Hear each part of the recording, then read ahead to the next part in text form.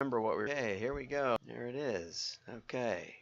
5, 4, 3, 2, 1. I'm John Miglosh for the WDMA, and we're going to be talking about mail today. What a surprise. And thanks especially to those of you who support our efforts in explaining why mail is the most powerful medium that is available to brands today. And how everyone should do some of it, if only for a laboratory to find out what your customers really want, rather than trying to model them out of thin air. So first we're going to start off with this commercial from Science in Sport, and then this is some kind of gel that people kind of drink.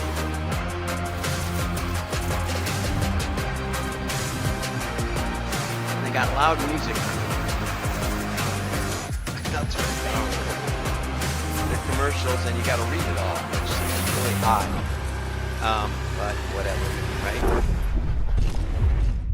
Okay, so they got elite running teams, and they're going to be funding, or they're doing a big ad agency thing with the Tour de France.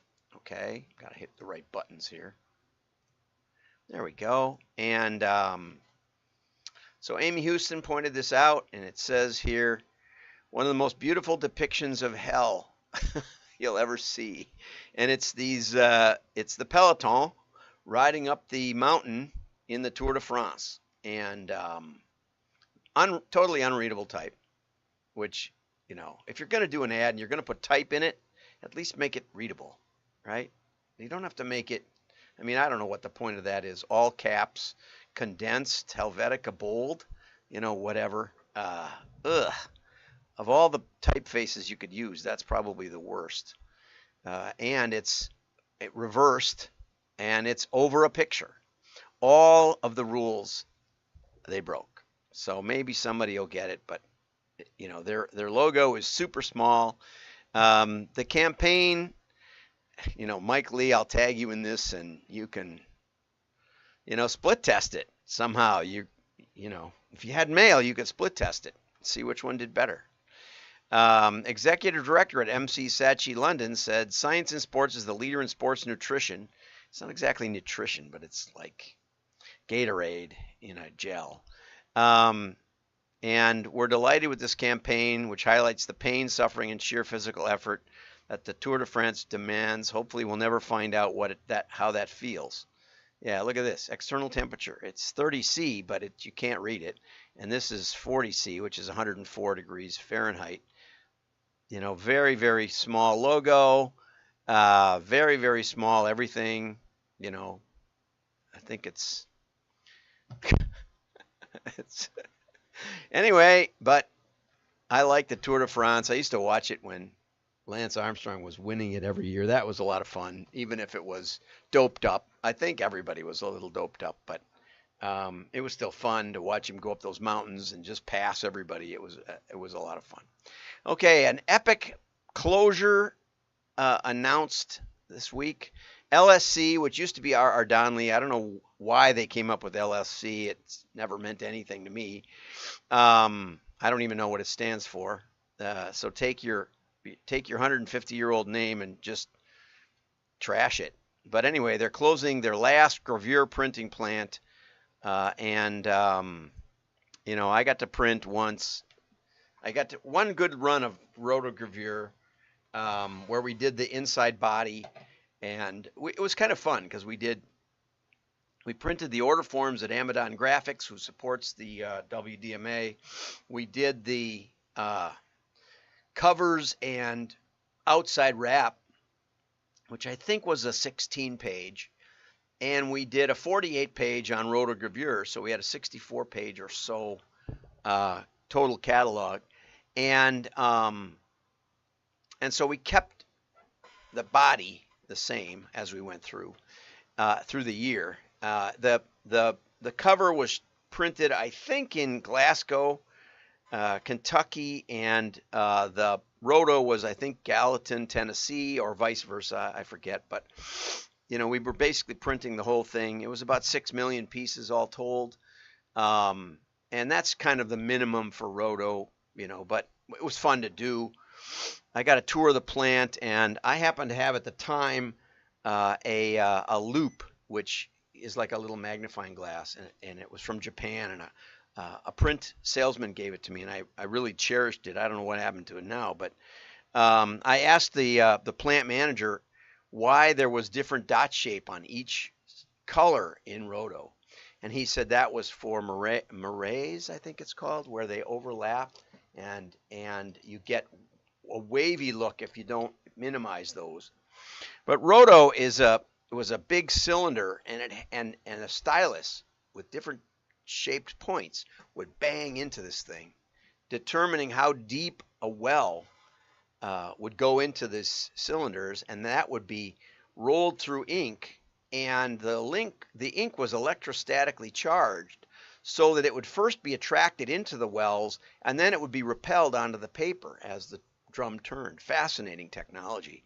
But what it allowed you to do is get like 120, 150% coverage of the ink. And so we took some really bad paper, newsprint pretty much, and we got a really good looking catalog out of it by overcoating it with ink. And since it was a business-to-business catalog, it didn't really have to be perfect color, just pleasing color. The buyer was never going to wear the items that they were buying. It was going to customers.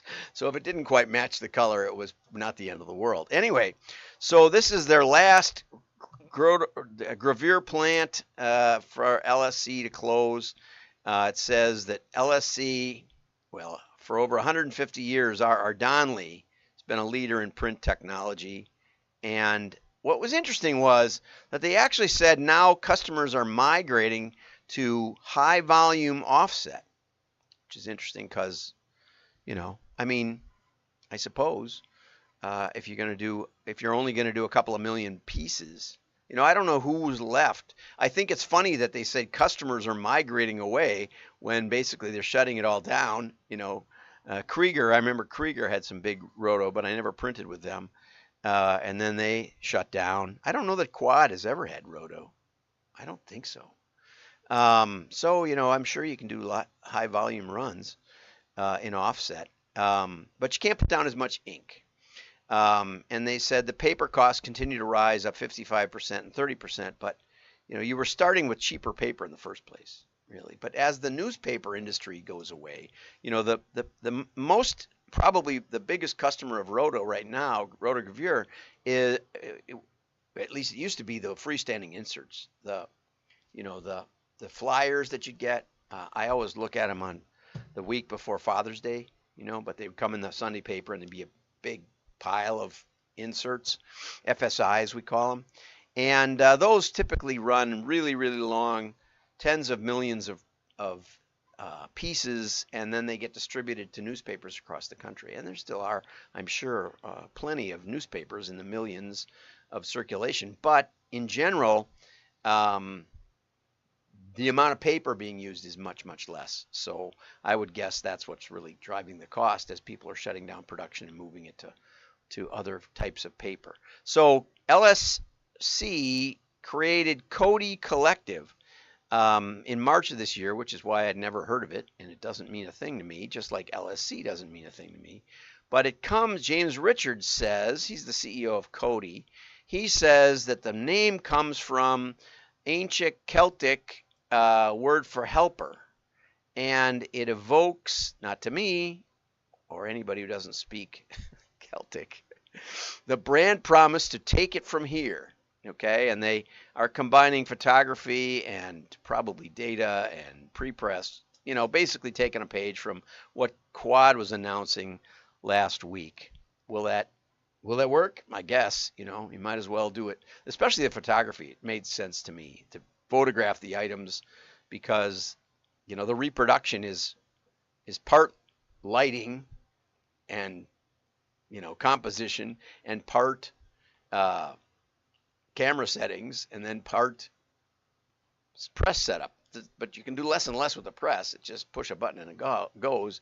You can't, when we first started, you could, we need to bring up the red a little on this page, Well, then you bring up and make the blue look purple in some other page because you're doing 48 pages at a time. So they don't do that anymore. No, that's an understatement. Okay, so here's an interesting article. Thank you to Jeff Tarrin especially. This is a synopsis by Heidi. Boy, I'm having trouble reading this. Very small print. Some of these articles don't reproduce as well as I'd like. But anyway, it's a study by the USPS Generational Research Report, and it highlights what baby boomers, Generation X, and millennials and Gen Z like about mail. And it's fairly surprising. The boomers, like 89%, want to have a good deal. They want a better deal than they'd get in the stores. And so I was just going to, since I'm a boomer, I wanted you to see what goes through my mind a little bit. So yesterday, I placed an ad with Land's End Men. Okay? And I've been working on this for a week or two. But the catalog is firmly entrenched on my desk. Daniel from Land's End, I love your work, of course. I tell you that all the time. But they've changed some of the format. It's got a heavier cover and then a lighter paper insert inside. It's kind of like I was describing that we did on Roto.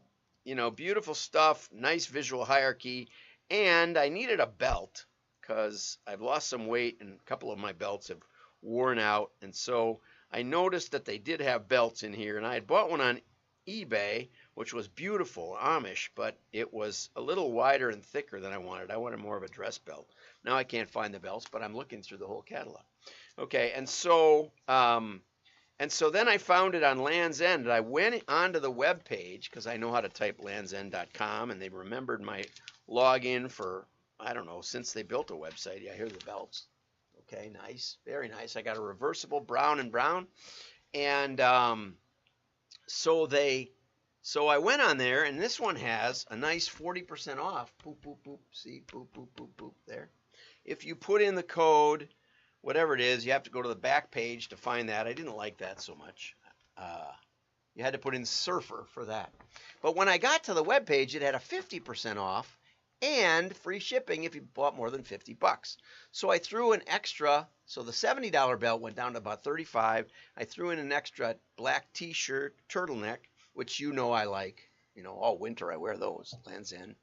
And wow, I got a really great deal. So, but I had to return the eBay belt. And so,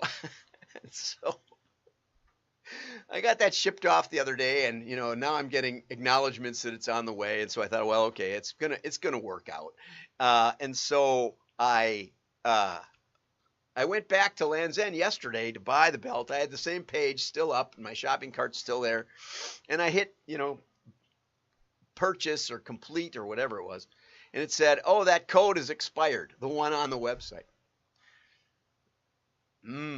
That wasn't nice. I didn't even close the page, and yet it expired. Well, they have to do what they have to do. So then it went from a total of about $57 to a total of $115. I was not excited. I was going to put that off until Christmas if I had to. But then I thought, well, I've got 40% off here. So I put that code in, the Surfer code, and then it said, then it went to about 75, 78 because it didn't give me free shipping, even though I'd spent more than $50. So then I was mad. So then I removed the code, determined to wait till Thanksgiving to get my belt. And then I noticed at the top of the page a new code, 50% off plus free shipping of more than $50. The same code that they had rescinded from me. So I placed the order, and it should be here any minute. But it was funny, all the angst they put me through to end up at the very exact same place that I'd been. And I would say that's a flaw in the ERP system, that once you put in a code and you finalize your order, you should be able to keep it for at least I think I did that last Friday. So it hadn't even been a week. I'm pretty sure it hadn't. So anyway, as much as I love the creative, it's not always easy to place an order. And the worst part is, that's a web-based code. And so the real interesting part is in the attribution. Will it be attributed to the catalog, or will it be attributed to as a digital order? Even though I'm trying to explain to you, this is like 100% catalog. Okay, I actually found the item I wanted in the catalog, and then went to the website. And I would have bought it with the $40 probably. I probably wouldn't have added the turtleneck though. So the upsell did work a little bit, and I spent more than I expected, even at the huge discount. But is that a web order? No, it's not a web order. It has nothing to do with the web. So ideally, because it's interesting, because that gives them a tracking code, right? They didn't ask me for the tracking code on here. There's one up in here. They didn't ask me for that. They didn't ask me for the part number. But you can still attribute direct mail because they know that they mailed it to me. And I ordered in relatively recent proximity to the catalog arriving, right? So it makes a lot of sense that they should attribute it to the catalog. But in a digital world, most of the time, I find out catalogs get canceled and wiped off the face of the earth because the nice, fresh marketing MBA comes in and says, this is too much work building a catalog. We want to just go with the digital and the easy. And that's what happens. So anyway, what they found in this study, back to the study, was that millennials, Gen Z, all like mail. And whether you like it or not, this one of the interesting things was it said 42% of responders, 4 in 10, 42% took at least some action across generations. Now, I would deny that that's accurate. That's actually 42% taking a positive action where they visit the website or they buy something. They counted clicks and hopefully clicks, gross clicks, including bounce, net clicks where they look around a bit, and purchases, all to the catalog mail. As I said, you can attribute it. But actually, all of them make a decision. All of them take an action. They get the piece of mail. It goes to the decision maker because the decision maker decides what goes immediately into the trash. And even if all they do is glance at the mail piece, look at the indicia and say, this is junk mail, it goes in the trash, but it gets more of a look and it gets a touch. It gets a touch. And your head has 10 times more receptors of touch than of sight. And if you have someone touch your mailing piece once a month for a year, maybe it's for tree removal. I'll tell you, when the hurricane, this I learned from Andrew Ettinger, once the hurricane hits, you have somebody in that slot that says, who can I get to cut up this tree? Even if they never needed tree removal until that day. Okay? And that's one of the key values of mail and repeated touch. So everybody makes a decision. Everybody takes action with mail. And that's the key differentiating factor that USPS does not realize. Have a great day. Like and share. Your friends will know you're smart. And in LinkedIn, it's repost. Okay? So hit repost. It's just as easy as hitting like. You just go boop, boop. And you don't have to make comments. You just repost it. And that's our best bet right now. That's the best thing you can do to support this channel and to support mail. Okay? It's totally free. So fine, hit like, but next to the like button is the reshare. Hit the reshare button. You don't have to make a comment, but it's the best thing you can do to help us get the word out about how great direct mail works with all generations. Bye-bye.